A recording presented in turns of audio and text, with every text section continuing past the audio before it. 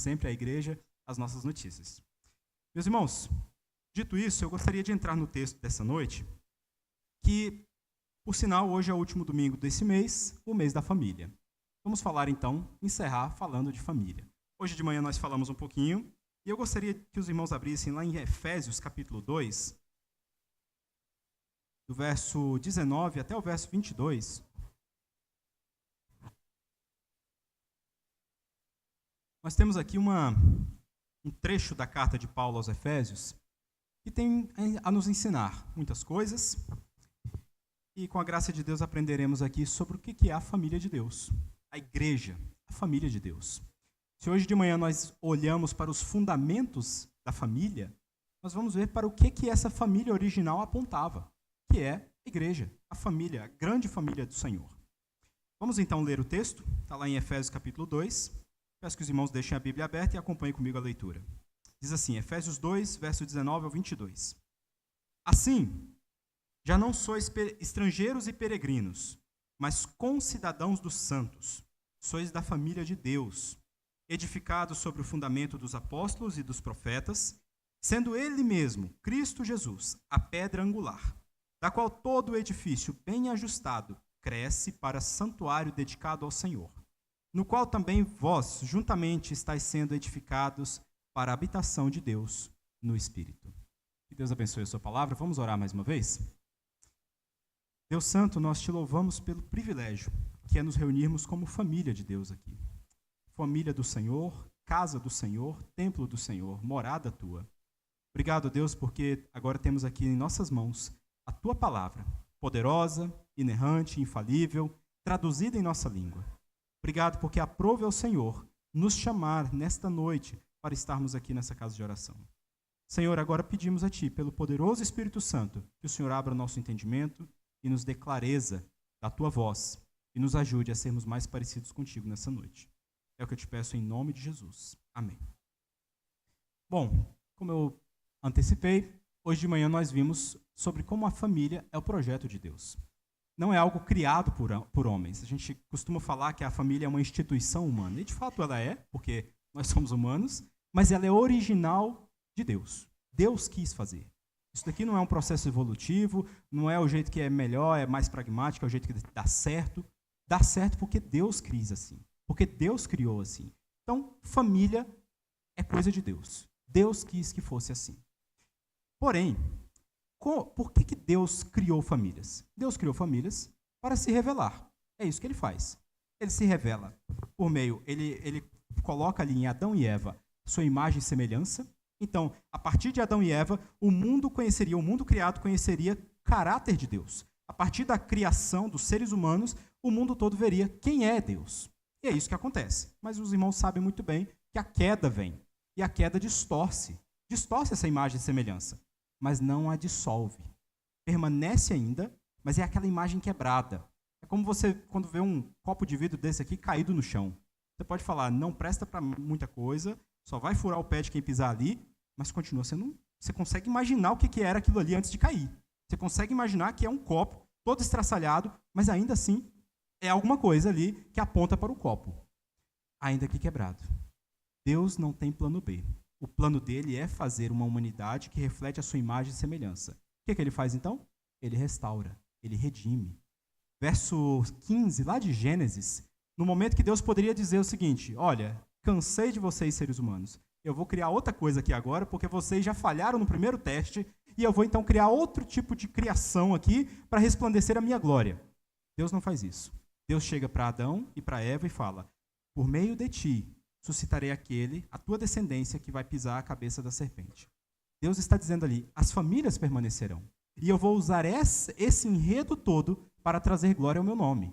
E então vem todo o texto ali de Gênesis capítulo 4, daqui a pouco vem o dilúvio, daqui a pouco vem a Torre de Babel, e então finalmente chega o capítulo 12 de Gênesis, e mais uma vez Deus traz à tona a ideia de família. Quando ele chega para Abraão e fala, Abraão, sai da tua terra, da tua parentela, sai para um lugar que eu te mostrarei, você e sua família nuclear, e eu vou, a partir de você, fazer uma coisa. Eu vou abençoar, por meio do teu descendente, todas as famílias da terra. Percebe, meus irmãos? Como que família é de Deus? como que está no centro da obra redentora de Deus. E aí, muitos anos mais tarde, poderíamos falar tantas outras páginas aqui, mas muitos anos mais tarde, depois de Abraão, capítulo 12, verso 1 ao 3 de Gênesis, nós vemos uma pequena família, lá na Nazaré da Galileia. Uma família composta por um homem, por uma mulher e por um bebezinho, mas um bebezinho muito especial, bebê Jesus. Deus então usa aquela família tão simples, tão humilde, para agora trazer aquele que era a alegria de todas as famílias da terra. Deus cumpre o que ele havia prometido em Gênesis 3,15, mas por meio da vida, obra, morte de Cristo e ressurreição, nós vemos como que ele compra para si mesmo, de volta este povo. É isso que Paulo está falando aqui em capítulo 12, 2 de Efésios. O capítulo 2 de Efésios é o grande capítulo da salvação. Começa dizendo, quem vocês eram? Verso 1 ao 3. Vocês estavam mortos. Esse é o estado das famílias da terra sem Cristo. Mortos. Mortos em quê? Mortos fisicamente? Consequentemente vão morrer, como todos nós vamos morrer por causa da maldição do pecado que entrou no mundo com a queda. Mas ele diz aqui, mortos nos vossos delitos e pecados. Essa é a condição da humanidade. Mas como é gracioso, meus irmãos, o verso 4, que tem essa conjunção aqui adversativa. Me desculpe se não é esse o nome aí na nossa gramática. Mas esse mas Deus, mostra que Deus não deixou o mundo seguir na destruição. Não deixou que nós permanecêssemos, ficássemos mortos em nossos delitos e pecados. Ele mostra para nós como, por quê e para que Deus nos salvou. Como que Deus nos salvou? Diz aqui o texto. Ele nos salvou em Cristo. Verso 5, juntamente com Cristo, vocês foram salvos. Aí a pergunta é, mas por que ele nos salvou? Volta lá em Gênesis capítulo 1, para glorificar o seu nome, mostrando uma criação que reflete a sua imagem e semelhança. Em outras palavras, verso 6 fala aqui, e ele nos ressuscitou juntamente com ele e nos fez assentar nos lugares celestiais em Cristo para mostrar nos séculos vindouros a suprema riqueza da sua graça. Ou seja, Deus ele pega essa massa podre que somos nós, restaura, redime, para fazer de nós uma vitrine da glória dele, uma vitrine do que ele é capaz de fazer. E aí, do verso 11 ao 18, nós temos aqui a missão de paz de Deus em Cristo. Por quê? Uma vez perdidos, encontrados, mortos, salvos, ressurretos. E aí, o que acontece então, diante disso? Verso 11 ao verso 18, vai mostrar para nós a missão de paz de Deus em Cristo Jesus. No lugar da ira santa, Deus nos traz para a sua família. Deus envia o seu Filho em uma missão de resgate. E então, do verso 19 ao 22, nós vemos aqui o propósito final. Afinal de contas, para que Deus nos salvou? Para que Ele nos junta? Para que nós chegamos aqui domingo após domingo, aprendendo? Talvez você já até ouviu um sermão nessa passagem aqui. Mas por quê? Porque Ele quer nos apresentar a si mesmo, igreja pura, igreja perfeita, no último dia. Enquanto não chega lá, a gente vai aprendendo, reaprendendo, que a gente esquece. E então, nesse texto aqui, meus irmãos, nós vemos aqui o propósito final de Deus. Essa nova sociedade que Ele está criando, como já diria o John Stott. É uma nova sociedade, regida agora por uma lei superior. Não mais por leis humanas, terrenas, mas por uma lei superior, a palavra. É uma nação, é um povo, é uma família composto não agora só pelo Israel étnico, mas agora por povos de todas as línguas, tribos e nações, como é o que a gente vê aqui na nossa própria igreja. Todos com um só propósito, ter Deus no centro, glorificar a Deus e se alegrar nele para sempre. É esse o propósito, meus irmãos. De forma muito simples, é isso que Deus está fazendo do início ao fim. E nós, nosso tempo, no tempo e na história, é isso que Deus está fazendo conosco, até no dia que Ele nos levar. Vamos então ver aqui o texto, meus irmãos, como que isso se aplica, como que nós aprendemos isso pela pena aqui do apóstolo Paulo, vendo então como que é o plano de Deus, de Gênesis e Apocalipse, ele encontra sua plenitude na igreja, que é a família de Deus. Primeira lição que nós temos aqui do verso 19 é a identidade. Quem nós somos? E esse termo ele foi bastante já utilizado, né? Batalhar, entender sobre o que é a nossa identidade é um dos temas mais populares nos dias de hoje na nossa sociedade. Não vou cavar tanto essa parte aí, porque para nós a gente não precisa ir longe para entender nossa identidade. o texto diz aqui para nós: assim, não sois estrangeiros e peregrinos, mas concidadãos dos santos, e sois da família de Deus. Perceba, meus irmãos, desde o Gênesis capítulo 3, nós fomos alienados, nós fomos separados da comunhão com Deus. O apóstolo Paulo, escrevendo aos Romanos, ele fala: nós caímos da glória de Deus. Desculpa, a tradução em inglês fala que eles caíram da glória de Deus, mas mostra que nós fomos separados dessa presença magnífica, de contemplar quem Deus é. E aí, Paulo está dizendo aqui: mas agora vocês já não são mais estrangeiros. Vocês não são mais peregrinos, andando sem rumo, andando sem documento, andando sem o passaporte dos céus. Agora vocês são família de Deus. Agora vocês são concidadãos dos santos. Vocês pertencem à mesma nação santa, do povo de propriedade exclusiva de Deus. Olha que maravilha. Ele estava dizendo isso aqui, meus irmãos, a gentios. A gente como eu e você, que não nasceu lá no Oriente Médio, não nasceu lá no Israel, não recebeu da tradição judaica. Ele está dizendo: a vocês também. Vocês são agora chamados para perto. O verso 15 desse capítulo fala assim: Cristo aboliu a lei dos mandamentos na forma de ordenanças, para que dos dois criassem em si uma nova humanidade, fazendo a paz. Olha que bênção de notícia, meus irmãos. Você não está mais perdido nesse mundo. Você foi encontrado. Você pertence a uma família. Você pertence a um povo. Você não é mais apátria, como todos aqueles outros vivem, distantes de Deus, distantes da comunhão com Deus. O pecado, quando ele entra no mundo, ele traz uma guerra. E uma guerra que primeiramente é contra o Criador e segundo, contra nós mesmos. É isso que a gente vê já desde o primeiro casal. Quando eles pecam contra Deus, quando eles comem do fruto que não deveriam comer, o que acontece? Eles fogem de Deus. Inimigos de Deus. Não quero ver Deus. Tenho medo de Deus. Mas quando Deus os confronta, que não tem como fugir de Deus, Deus sempre nos encontra, o que acontece? Foi ele que foi mal. Foi ela que me deu do fruto. Inimizade entre eles. A guerra é instaurada por meio do pecado. E então, agora, em Cristo, nós somos reconciliados. Nós voltamos a ser concidadãos, nós voltamos a ser família, parte do povo de Deus. Queridos, eu não sei quantos de vocês já viajaram para fora para morar em outro país. Estar lá no Nepal por 3 anos e meio mostra para nós o quanto é difícil ser um peregrino. Você tem a ideia que cada dia seu custa alguns dólares para permanecer lá. Você chega na imigração e fala lá: me dá um visto aqui para 6 meses. Pois pronto, pague aqui tantos dólares aqui.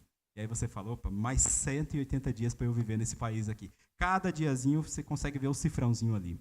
Aí você chega num ambiente, em qualquer local lá turístico, e fala assim: eu gostaria de entrar aqui para ver esses monumentos, são tão bonitos e tal. Aí ele fala assim: ah, tá, você é Bideci, né? Bideci é estrangeiro. Eu falo: sim, sou. Ah, então tá bom, para você é 5 vezes mais o preço. No zoológico, minha esposa gosta muito de ir lá, porque é um dos únicos lugares verdes que tem na cidade. O estrangeiro paga cerca de R$5 e a gente paga cerca de R$100 por pessoa. A gente foi uma vez apenas só lá, porque estava em crise, querendo ver um verde, a gente teve que ir lá. Por quê? Sou estrangeiro, não sou cidadão de lá. E, infelizmente, eles tratam assim os estrangeiros. Percebe, meus irmãos? Esse é o sentimento que nós, como humanidade, desfrutamos. Nós pertencemos a este mundo, você trabalha, você constrói, mas sempre falta. Você fala: não, mas meu alvo é construir uma nova casa. Construa para você ver, meu irmão. Se o seu alvo todo é isso, você vai ver que aquilo ali já não vai te saciar mais quando você construir. Não, mas meu alvo, eu ficaria muito feliz, ficaria muito completo se eu comprasse aquele carro. Aí você compra, no primeiro dia você já vai ver assim que é legal, mas talvez o outro seja melhor ainda. Sempre aquele desejo, sempre aquela falta. É esse sentimento de alienação que vivemos. Mas o texto traz a boa notícia. Nós não somos mais estrangeiros. Nós não somos mais peregrinos. Deus nos chama para a sua família. Deus nos chama para restaurar a imagem corrompida lá de Gênesis 3 em diante, na queda. A restauração da criação da imagem de Deus está em curso nas nossas vidas. Começou em Cristo Jesus e terminará até o dia que Ele nos chamar para si mesmo. Queridos, eu quero compartilhar uma aplicação nesse texto, que é: em Cristo, você foi encontrado. Você não está mais perdido. O mundo luta e batalha para encontrar identidades que sustentem a nossa vida. Daqui a pouco, é só você ligar o noticiário. Eu não vou nem dar exemplo, não, porque são tantas loucuras que a gente vê hoje em dia no noticiário, pessoas indo por caminhos mais diversos possíveis, buscando alguma identidade que os saciam. E nada sacia. Nós temos a boa notícia, meus irmãos, e essa boa notícia é para ser compartilhada. Deus nos chama para ser o seu povo. Deus nos chama para sua própria família. E o legal disso, o maravilhoso disso, é que não é uma família étnica mais. Não é uma família baseada em classe econômica mais, nas castas como a gente vive lá no nosso país. Lá. É uma família baseada por um único princípio: aqueles que são chamados por Deus. É por isso que nós fazemos missões. Porque a família de Deus tem paraguaios, tem bolivianos, tem brasileiros, tem americanos, tem de outras nações que nem sequer são nominadas, mas pertencem ao povo de Deus. Deus comprou esses eleitos com o seu próprio sangue. Por isso nós fazemos, porque a família de Deus é grande, meus irmãos. Por isso, então, lembre-se disso. Nós fomos encontrados para também proclamar essa boa nova para os outros. Se somos família de Deus e essa nossa identidade está em Cristo, o que sustenta a nossa identidade? Poderíamos pensar, e infelizmente às vezes acontece em nossas igrejas, boa música nos sustenta. Você vai conversar com alguém e fala: o que você clama nos dias da angústia? Eu lembro daquela música lá e tal. Músicas são boas, nos ensinam. Ou talvez você lembre daquelas frases de efeito que a gente posta nas redes sociais. São boas também, são letreiros que nos lembram das verdades de Deus. Mas, meus irmãos, se a gente não se volta para a palavra, para o fundamento verdadeiro, essa identidade ela é ruim, ela é dissolvida, ela é destruída. O texto diz aqui para nós, qual é o nosso fundamento? Verso 20. Edificado sobre o fundamento dos apóstolos e profetas, sendo ele mesmo, Cristo Jesus, a pedra angular. Agora o apóstolo Paulo passa a tratar uma figura de linguagem de um prédio, de um templo. Ele diz aqui, olha, agora nós somos construídos nele. Nós somos edificados. Nós somos casa de Deus, para usar o outro texto lá que o apóstolo Pedro também usa. Nós somos construídos por Deus. Mas qual é o fundamento disso? Diz aqui o texto. O fundamento dos apóstolos e profetas. O fundamento dos apóstolos e profetas, o que significa, meus irmãos? Quem eram os apóstolos? Aqueles chamados por Cristo para proclamar o Evangelho, para anunciar quem era o Senhor. Profetas, a gente pode entender tanto o Antigo Testamento, mas também os profetas do Novo Testamento, aqueles que proclamam as boas novas de Cristo para a igreja. O apóstolo Paulo fala isso lá, aqui no capítulo 4, no verso 11, que Deus também dá à igreja profetas, aqueles que falam, assim diz o Senhor, ou seja, pregam a Bíblia. E ele diz, nós somos edificados sobre o fundamento dos apóstolos e profetas. O que é esse fundamento? Cristo Jesus. Resposta bem simples, né? Resposta nota 10 de Escola Bíblica Dominical. Cristo Jesus. Ele é o fundamento da nossa identidade. É por ele que nós temos acesso. Não é porque nós somos bons, não é porque nós construímos grandes coisas, não é porque nós fizemos muitas coisas com o nosso tempo livre, com a nossa ação social da igreja, com o nosso campo missionário. Tudo isso é bom e louvável. Mas a nossa identidade ela é fundamentada na obra de Cristo Jesus, no que o nosso Senhor fez por nós, no amor que Ele derramou por nós naquela cruz e na ressurreição que Ele lutou e voltou dos mortos para conquistar para nós a salvação. É nisso que está fundamentado a nossa salvação. Toda a Escritura, meus irmãos, ela aponta para Jesus. E aí Paulo ainda usa aqui a ilustração dessa pedra angular. E para a gente é uma linguagem um pouquinho distante, porque a gente não tem mais esse estilo de construção como era da época, mas a pedra angular era aquela pedra que dava alinhamento, bloco a bloco, para que todo o prédio ficasse igualzinho, ficasse junto. Então, era colocada a pedra angular, a partir dela você tinha um norte de como construir. E Paulo está dizendo, Cristo é a nossa pedra angular. Ele é o fundamento dessa nova família, desse novo povo. É nele que nós encontramos o alinhamento para nossas vidas, para como que nós devemos viver. Cristo, ele não às vezes a gente olha para Cristo só como aquele exemplo distante de nós, o exemplo moral, o exemplo filosófico, e por aí vai, especialmente nas nossas faculdades, as pessoas gostam de se voltar a Cristo apenas como líder moral, líder ético, mas Cristo ele é o líder, ele é o exemplo final para todos nós. Ele não é o exemplo só da moralidade, só da ética, Ele é o exemplo do amor, ele é o exemplo do sacrifício, ele é o exemplo de quem é Deus, o verdadeiro Deus encarnado, Deus conosco. Então, esse fundamento, esse edifício, que é a igreja do Senhor, que é a família de Deus, eles têm uma pedra angular, tem um caminho, que é o objetivo, que é o alvo deles, que é a meta de se parecer com essa pedra, Cristo Jesus. Tenho aqui duas aplicações, e a primeira para nossas famílias. Você pai, você mãe também, qual é o fundamento que você tem oferecido para sua família? Meus irmãos, nos dias de hoje, falamos isso hoje de manhã e eu repito aqui, não é alarmismo barato dizer que a família é atacada. À torta e à direita, de todos os lados. Qual o fundamento que nós oferecemos para a nossa família? Qual o fundamento que você oferece para a sua filha? Que daqui a pouco vai crescer, a minha ainda tem 4 anos, a mais velha, mas daqui a pouco vai crescer e vai começar a se questionar, perguntas da vida. Quem sou eu, papai? Qual é o meu valor? Eu sou bonita, eu sou feia? E aí, às vezes, a gente não oferece o fundamento e então buscam fundamentos lá fora.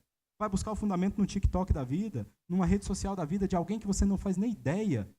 E, às vezes, aquilo ali vai construir uma identidade totalmente distante do Senhor, totalmente quebrada, totalmente trincada. Qual o fundamento você tem oferecido à sua família?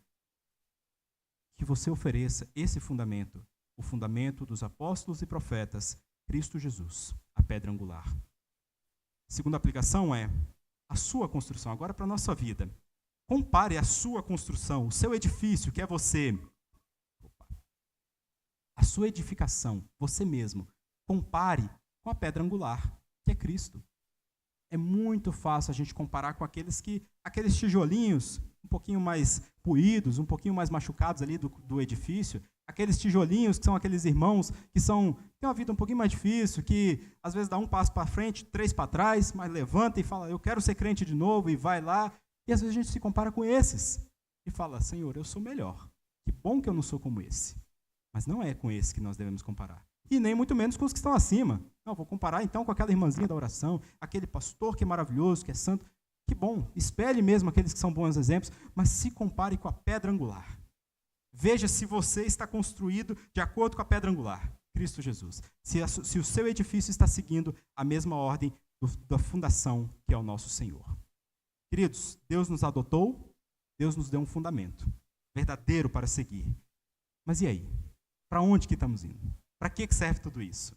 Para a gente ficar aqui vivendo, brincando aqui de ser santo? Para que serve isso tudo? Meus irmãos, existe um propósito muito glorioso. E Deus está desvendando ele a nós. Desvendou tudo na palavra, porém, vai desvendando na nossa vida, dia a dia, nos fazendo morada de Deus. É o que diz aqui do verso 21 ao 22. Cristo Jesus, a pedra angular, no qual todo o edifício, bem ajustado, cresce para santuário e dedicado ao Senhor, no qual também vós, juntamente, estáis sendo edificados para a habitação de Deus no Espírito. Olha que bonito as figuras que Paulo usa aqui. Todo o edifício, bem ajustado. Olha só, está falando de unidade, está falando de comunhão, está falando de família.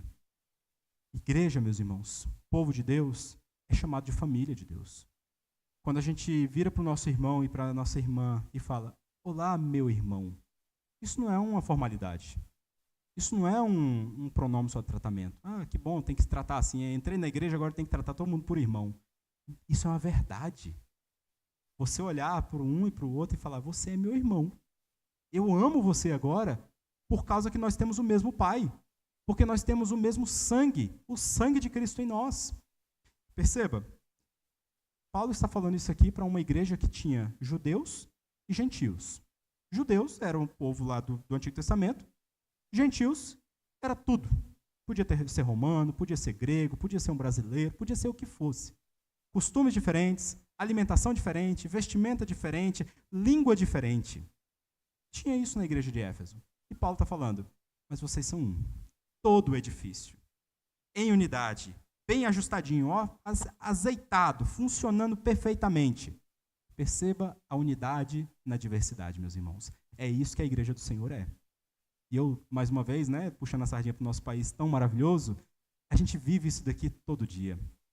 Países afora, especialmente lá no Nepal, as divisões de castas são muito fortes. Então você consegue ver pelas expressões, pelas características faciais, que a pessoa ela pertence a uma casta tal, o outro pertence a outra casta, o outro pertence a outra, e por aí vão fazendo distinções. E aí eu sempre gosto de levar umas fotos da igreja do Brasil. Tiro uma foto aqui, tiro uma foto ali, aí eu falo, isso aqui é a nossa igreja lá. Aí olha assim e fala assim, mas aquele ali é um americano na sua igreja? Eu falo, não, aquele lá é brasileiro. Mas aquele ali é um africano na sua igreja? Eu falo, não, aquele lá é brasileiro. Aí esse aqui é um italiano? E aí a conversa vai. E às vezes eles até falam, e esse aqui é um nepalês? Igual a minha esposa, né? A cara de nepalesa que ela tem. E eu falo, isso é a igreja brasileira. Uma bênção de Deus, meus irmãos. Nós já vivemos esse gostinho dessa diversidade étnica. Mas não fica por aí. Não é só ser diferente fisicamente. Ser diferente em modo de pensar. Aí você pode começar a falar assim, olha, isso é fácil de falar. Mas quando entra a polarização política, aí a gente não conversa, não. Quando entra as diversidades aí com relação a estados, né, um é lá do Nordeste, o outro é do Sul, o outro é do Centro-Oeste, o outro é do Amazonas, aí começa a ficar muito difícil, a gente não se entende muito bem. Meus irmãos, a palavra de Deus está mostrando aqui para nós que todo edifício bem ajustado cresce para santuário dedicado ao Senhor. O que a gente pode aprender disso?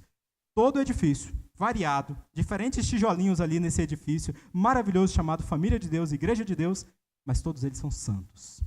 E é isso que nós deveríamos procurar nos nossos relacionamentos. Você ama Jesus como eu amo? Você ama o Senhor Jesus como seu Senhor e Salvador? Sim. Pois então, meu amigo, nós podemos caminhar juntos. Pois então, nós somos família. Ah, mas eu tenho opinião sobre aquele assunto e tal. Essa opinião fere a santidade sua com Cristo?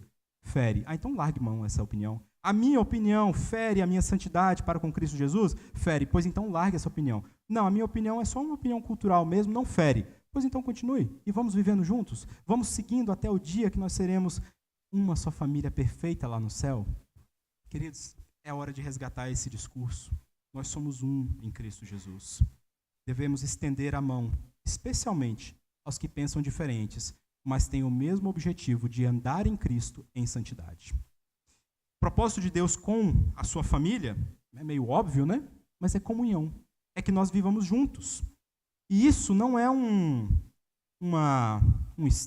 laboratório de Deus, do tipo, deixa eu ver essas criaturinhas aqui que eu criei, ver se elas vivem juntas. Igual quando a gente é criança e pega ali os besouros ali, coloca dentro de uma caixa e vê o que vai acontecer, pega ali, começa a criar uns bichinhos ali, bota 2 cachorrinhos ali, vê se dá certo ali, daqui a pouco briga, tem que separar. Deus não está fazendo isso com a gente não, meus irmãos. Deus tem um plano muito, muito superior. O plano dele é perfeito. O plano dele é refletir o caráter dele por meio de nós. Por que eu digo isso? Porque comunhão, família, é coisa de Deus, é da Trindade. Deus, por todas as eternidades passadas, estava sempre em perfeita harmonia e comunhão com o Pai, com o Filho, com o Espírito Santo. As 3 pessoas da Trindade vivendo em perfeita comunhão, amizade, completude, plenitude, nada faltando, uma família perfeita. E por causa dessa perfeição toda, transborda e ele fala, agora criaremos uma família, um mundo que vai refletir, pessoas que vão refletir o que nós temos aqui, essa perfeição maravilhosa da Trindade. O seu projeto, então, para a criação é que nós desfrutemos da beleza do Criador, é que nós desfrutemos desse transbordar da alegria do Criador que nós vemos na Trindade Santa de Deus. Por fim, meus irmãos, o texto diz aqui para nós que nós estamos sendo construídos juntamente para a habitação de Deus no Espírito Santo, no Espírito. Perceba, esse edifício, ele tem um foco só, que é o Senhor. Mas tem uma beleza maravilhosa aqui, que nós todos somos habitação de Deus. E essa é uma verdade que às vezes passa desapercebido para nós, mas quando você vai para um país como no Nepal, que tem milhões de deuses, sem mentira, milhões de deuses, e a cada lugar, a cada esquina, você vê um templo, basicamente são templos, né? Pequenos templos. E então ali pessoas falam, não, esse é o templo da Shiva, esse é o templo do Vishnu, esse templo aqui é o do Ganesh. E eles vão falando e para eles é a coisa mais normal do mundo. E daqui a pouco você encontra de tudo dentro daqueles templos. Tem uma imagem de Buda, tem uma imagem dos deuses hindus, e para eles é normal isso. E aí chega para um cristão e fala, cadê o seu templo? Cadê a casa do seu Deus? Olha que magnífico, meus irmãos. A casa do meu Deus, sabe onde que está? Aqui. Mas não é essas 4 paredes aqui que um dia foram levantadas. É isso aqui reunido. Nós somos casa de Deus. Nós somos a habitação de Deus no Espírito. É isso que Deus está fazendo. É isso que Deus quer. E por fim, um dia, nós veremos na plenitude Deus habitando com o seu povo para todo sempre. O plano de Deus, meus irmãos, é criar uma família no qual Ele é o Criador, sustentador e a razão de existir. Olha que plano maravilhoso. A razão de existir, não mais outra qualquer. Ele mesmo. E é um processo que começou aqui, vai ser trabalhado aqui em nossas vidas, mas ele só vai concluir lá na eternidade. Não foi eu que disse isso, mas alguém já disse que se você tem dificuldades, né, de conviver muito assim com os irmãos da igreja, cuidado, que talvez o céu não é o seu lugar. Porque lá é onde você vai encontrar a igreja do Senhor. E não vai passar só o domingo lá. Vai ser a eternidade. Não vai ser só o domingo de manhã e à noite. Não vai ser só a quarta-feira, no culto familiar. Vai ser a eternidade toda. Aí você fala, mas isso aí, aí ficou difícil. Mas a boa notícia é que lá nós seremos glorificados. Nós seremos santificados. A palavra irmão vai ser carregada do significado dela. Vai ser verdadeira. Não vai ser fingida. Não vai ser falta mais. Vai ser verdadeira. Nós nos olharemos como irmãos, filhos do mesmo Pai. A aplicação final aqui, meus irmãos, é que nós somos família, nós temos um fundamento seguro para seguir e o nosso alvo é glorioso. Nós somos morada de Deus no mundo. O apóstolo Paulo fala lá em Colossenses 3,15. E a paz de Deus, para o qual também foste chamados, em um corpo, domine os vossos corações e sejam agradecidos. Meus irmãos, nós somos um único corpo, o corpo de Cristo. E a aplicação que eu deixo aqui sobre isso é, nós somos a casa de Deus. Em outras palavras, nós somos o mais próximo de Deus que esse mundo pode chegar. Medite nisso. As pessoas falam, mas se eu apenas pudesse ver Deus, eu creria. Se eu pudesse ver Jesus, eu acreditaria nesse negócio todo aí. Olha aqui.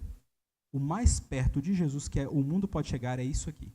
É a expressão do seu corpo na terra, o corpo de Cristo.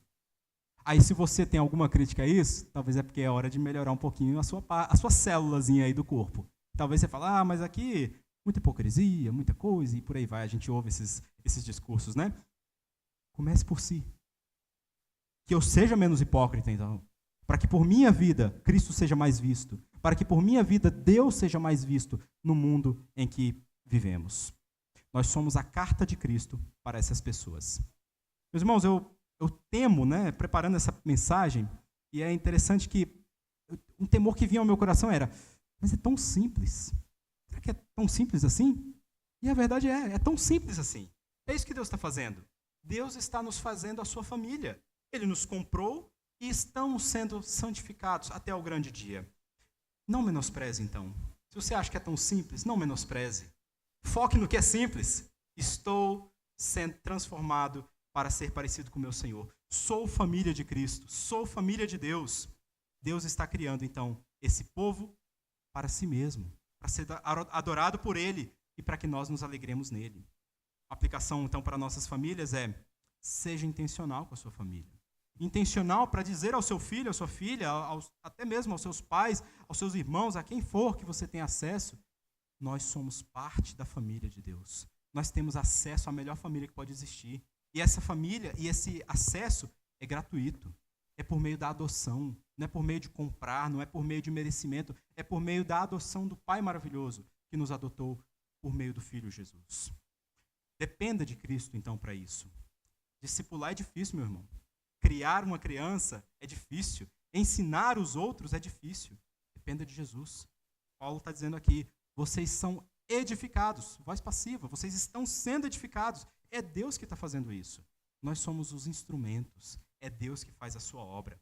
Nós encontraremos muitos obstáculos para concretizar isso nas nossas mentes, para entender, para sermos livres das amarras de Satanás nesse mundo, que quer dizer para você todos os dias, você não é digno de estar na família de Deus. Acho que você não merece estar na família de Deus. Acho que você não merece ser chamado pelo nome de Deus. Acho que você não merece ter o sobrenome de Cristo em você. Todos os dias nós somos tentados a isso. E a nossa resposta será sempre a mesma. Eu não mereço, eu não sou digno, mas um dia Ele me comprou. Um dia Ele quis me chamar para a sua família. Nunca se esqueça, meu irmão. Ele está realizando essa grande obra de redenção. E um dia, pena que eu não trouxe aquela imagem aqui de hoje de manhã, mas um dia nós veremos a plenitude, nós veremos lá, na glória por vir, gente de todas as tribos, línguas, povos, nações, adorando ao Cordeiro, cada uma na sua diversidade, mas unidos na santidade, porque o texto diz lá que todos estão com vestiduras brancas, representando a santidade. Meus irmãos, nós somos esse povo. Depois, olhe aí, não sou daqueles pregadores que gostam de falar de olhar para o lado, não, mas depois, no final do culto, quando estiver conversando, repare bem na variedade que é o povo de Deus. E repare bem na glória de Deus na vida de cada um, salvando gente tão diferente, gente ruim, como você, como eu, salvando para a sua própria glória. Amém? Vamos orar mais uma vez? Senhor, eu te louvo pelo privilégio de podermos refletir na tua mensagem, na tua palavra, e pedimos aqui, Senhor, humildemente, como filhos, filhos não por mérito, filhos não por direito de nascimento, mas filhos por adoção. Filhos que o Senhor escolheu para si mesmo, por causa da tua misericórdia. E nós queremos te pedir aqui, Pai, nos ajude a entender cada vez mais, Senhor, que somos família tua. Nos livra, Senhor, das setas do diabo que querem tirar da nossa mente essa filiação, que querem confundir a gente e dizer que nós não somos do Senhor. Livra-nos, ó Deus, e nos ajude a entender que somos teus e vivermos de acordo na sociedade que o Senhor nos colocou aqui. Dá-nos essa graça, Senhor, dá-nos esse presente. É o que te pedimos em nome de Jesus. Amém. Amém. Amém.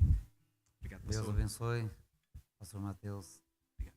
Deus esteja concedendo graça nesse grande desafio, né, que é a obra do Senhor num campo estrangeiro. Aqui é difícil, agora se imagina longe. Cadê o Aguinaldo? Os homens vão cantar? Tem que chamar para frente os homens? Os homens vão ficar em pé. É sempre o último culto do mês de maio, né? Os homens é que dirigem o culto, é que procuram um pregador para estar trazendo uma mensagem aqui, e eles vão cantar um cântico agora. Convido todos os homens para vir à frente aqui. Vão cantar um cântico para encerrarmos o culto. A igreja fica em pé e após o cântico nós estaremos impetrando a bênção apostólica. Todos os homens, nossos visitantes aí, ó, pode vir para frente. Manuel, você é homem, Manuel, vem aqui. Vamos lá, os homens. Pode ficar aqui na frente, alguns também, ó. Pode ficar aqui. Ó, vão ficando aqui, ó.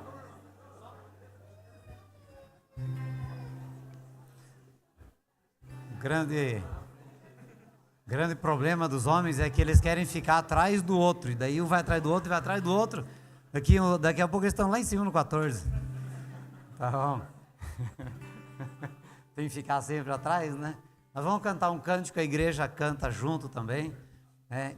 E que Deus esteja abençoando a vida de cada família através desses homens, tá? O homem tem a grande responsabilidade de cuidar da sua casa, cuidar da sua família, de ser o grande exemplo, né, para os seus filhos, e não só para os seus filhos, tá?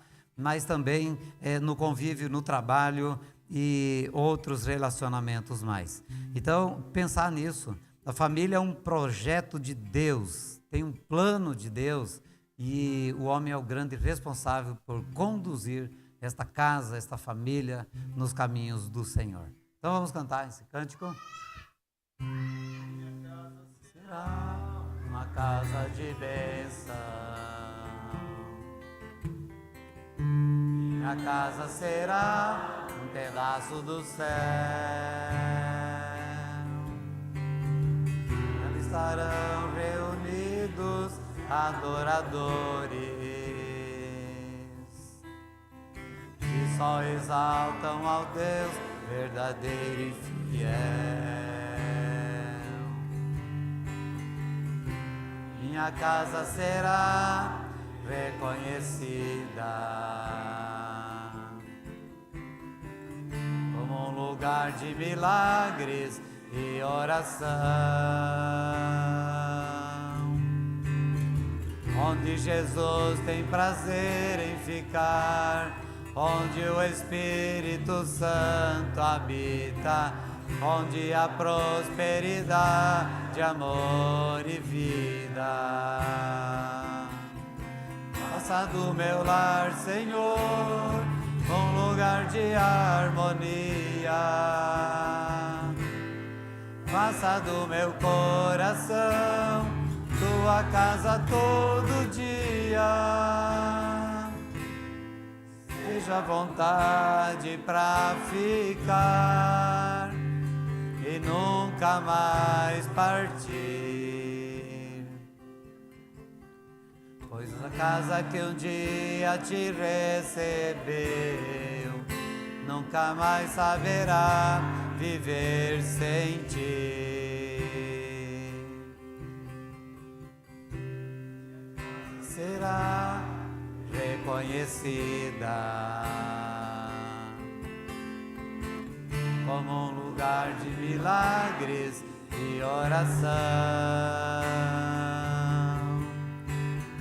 onde Jesus tem prazer em ficar, onde o Espírito Santo habita, onde há prosperidade, amor e vida. Faça do meu lar, Senhor, um lugar de harmonia. Faça do meu coração tua casa todo dia. Esteja à vontade pra ficar e nunca mais partir. Pois a casa que um dia te concebeu nunca mais saberá viver sem ti. Pois a casa que um dia te recebeu nunca mais saberá viver sem ti. Senhor, nós te agradecemos por cada lar aqui representado e pedimos a Deus a tua bênção sobre cada casa, sobre cada família, a começar, a Deus, abençoando a vida desses homens, para que por meio deles os seus lares sejam edificados, que eles tenham plena convicção de que só o Senhor é Deus e que, ó Deus, eles devem andar nos caminhos do Senhor. Portanto, ó Deus, abençoe cada lar, abençoe cada família, para que não apenas nesse mês, mas durante todos os dias da nossa vida, estejamos investindo na família, porque é um projeto de Deus, para o nosso bem, para o bem da própria sociedade. Nós assim oramos pedindo a Deus a tua bênção sobre a vida do pastor Mateus, a Gabi, as crianças, que o Senhor abençoe nesse projeto missionário, para que eles, ó Deus, sejam uma bênção e sejam abençoados pelo Senhor. Nós assim oramos, nós te agradecemos e te bendizemos em nome do Senhor Jesus. Amém. Que a graça e a paz do nosso Senhor e Salvador Jesus Cristo, que o amor de Deus, o nosso eterno Pai, que a comunhão e que as consolações do Espírito Santo de Deus repouse e permaneça sobre cada um de nós, desde agora e para todo sempre. Amém. Os homens esperam nós descer, eu e o pastor Mateus estaremos lá na porta. Que Deus abençoe a todos, tá? E tenha uma boa semana debaixo da graça do nosso bom Deus. Os demais podem se assentar.